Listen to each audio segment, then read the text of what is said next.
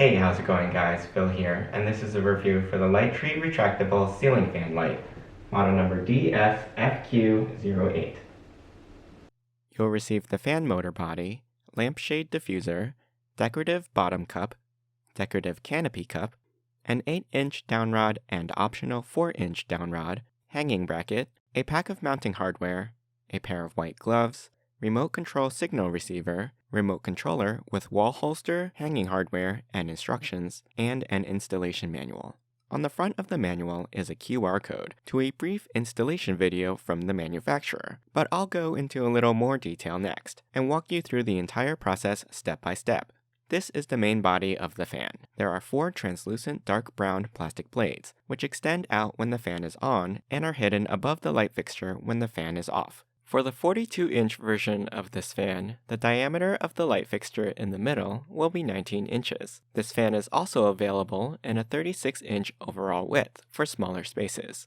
The housing is made from a lightweight metal with a matte black finish. On the underside, the spiral-shaped LED strip is pre-installed. There are 52 individual LEDs, and what I like about this design is that the light panel is easily replaced by simply disconnecting this power connector towards the center, and removing a few screws that hold it in. You'll also notice 4 small pegs evenly spaced around the perimeter. These are used for installing the lampshade diffuser. The lampshade is made from a translucent white, lightweight plastic with metal accent bands. The shade is a single piece, and along the outer edge are 4 notches with tapered grooves which will attach to the 4 pegs on the bottom of the light fixture that we saw earlier. Installation is a simple twist-to-lock operation. The other thing you'll notice is that the locking channel for the lampshade is also translucent, which means that this side section of the shade will be lit when the light is on, giving the appearance of a 3rd tier of light on this 2-tier lampshade. On top of the motor, you have 2 cable connectors, one for the light and one for the fan motor. On the mounting stem, you'll find 2 set screws and a hole on both sides for the clevis pin that secures the downrod. You'll need to choose either the 8-inch or 4-inch downrod for your installation, depending on the height of your ceilings. The installation height with the 4-inch rod will be 13 inches below your ceiling, and 17 inches with the 8-inch rod. Note that the bottom of the fan after installation should be no lower than 7 feet above the floor. To use the smaller downrod, first we need to remove the brass cotter pin and clevis pin. At the top of the rod, the cast metal ball is secured with a flat head set screw and a cap head ground screw on the opposite side. You'll need to fully remove the ground screw and loosen the set screw to remove the ball from the downrod, which should slide off the bottom. Then remove the solid brass pin at the top.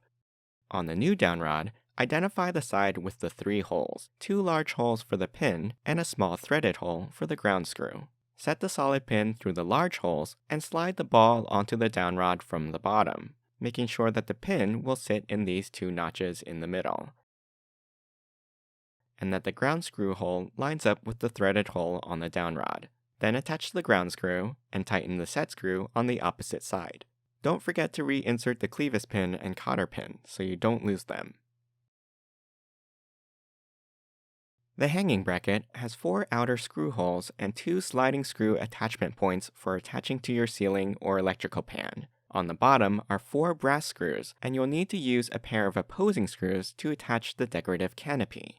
It's a good idea to pre-loosen the pair of screws you plan to use before installing this bracket, and I'll show you why later on. Inside this bracket is a cast aluminum cup joint for the hanging rod's ball, and an upper support rod to prevent warping. The attachment points also have foam cushioning on top to avoid scratching your ceiling and absorb vibrations from the fan. Note the 3 tapered catches inside the cup. These will line up and securely hold the matching grooves on the downrod's ball. Also remember that the ground screw should face the opening of the cup, so you can more easily add a grounding wire. The large gap above the cup is designed to allow you to place the remote control signal receiver in it, so it and all the wiring can be fully concealed by the decorative cover. These wire leads are for connecting to your main power lines. This connector is for the fan, the thin wire is the remote control receiver's antenna, and this wire is for the LED light fixture. I'll be installing the fan on a ceiling fan rated pancake junction box that sits flush to my ceiling's surface, though you do have a little bit of wiggle room if your fan pan is set a little bit deeper.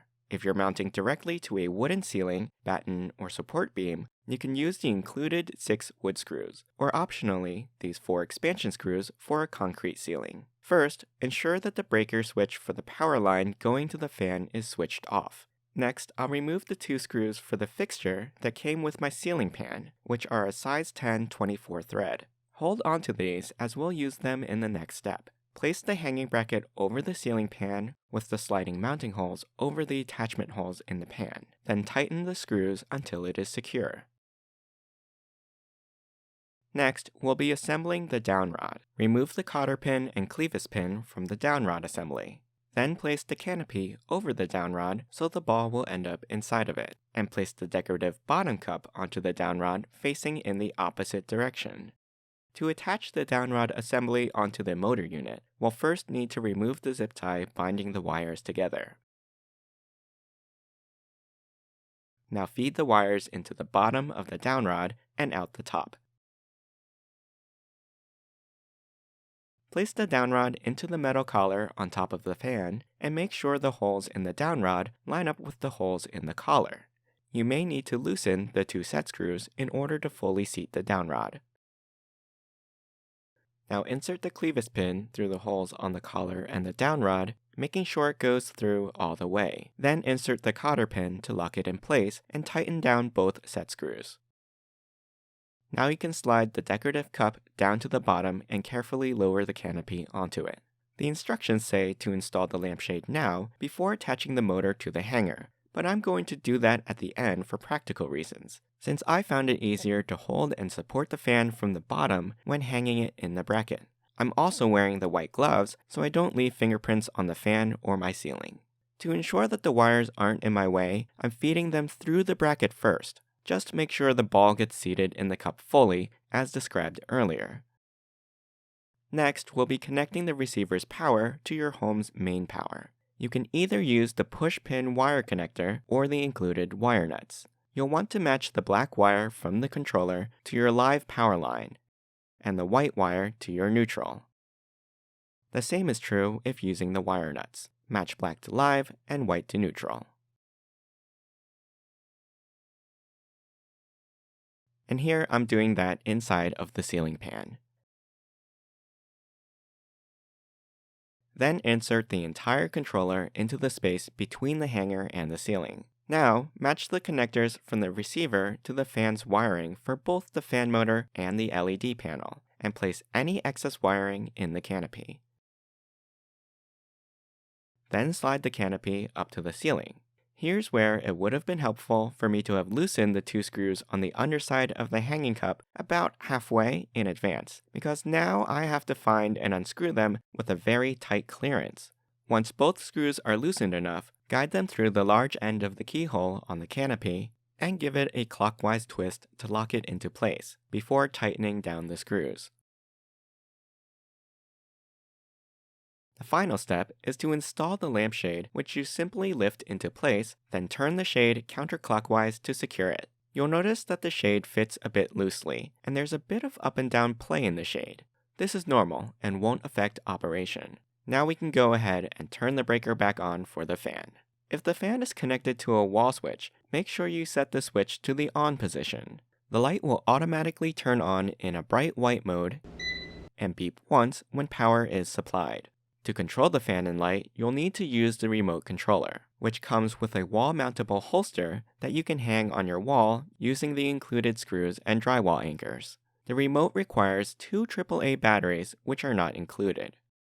There's a main power off button, which shuts off both the fan and light, a light toggle which controls only the light but not the fan, forward rotation button and backward rotation button for the fan, 3-mode quick toggle for the light, night light mode, incremental brightness controls, incremental color controls, setup button to reprogram the remote to the receiver, a 1-hour and 2-hour shutoff timer, 6 fan speeds from lowest to highest, and a fan stop button.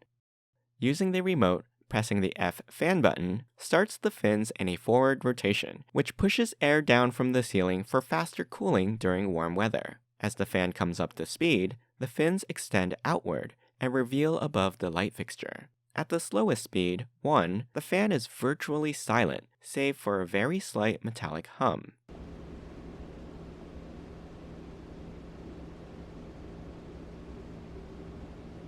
Even at the highest speed of 6, most of the noise you'll hear will be from moving air, rather than any motor noise from the fan.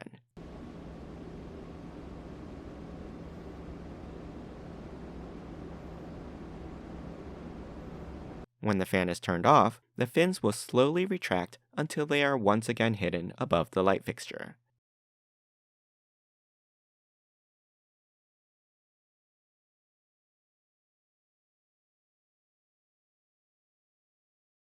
The R button, or reverse mode, spins the fins in the opposite direction, causing cool air to move upward and redistributing any heat that may be accumulating near the ceiling during colder weather. This is nightlight mode. Pressing the K button cycles between cool white, neutral white, and warm white. You can incrementally change the brightness in 10 stages at any color temperature, and also change the color temperature in 12 stages at any brightness. When switching the light off and on again using the remote, the fan will remember the last settings for the color and brightness. However, if you turn the main power off at the wall switch and turn it on again, the light settings will be reset. Overall, the ceiling fan with light is pretty straightforward to assemble, install, and use. The amount of airflow I get from this 42-inch diameter unit is adequate for the size room I have it in, about 150 square feet. And at moderate to low speeds, it's virtually silent during operation. The light is moderately bright on its own, but complements my existing ceiling lights well. And I love that the light's brightness and color are customizable, and that I don't need to go up to the unit to change the rotational direction with the changing seasons, since that can be done right on the remote.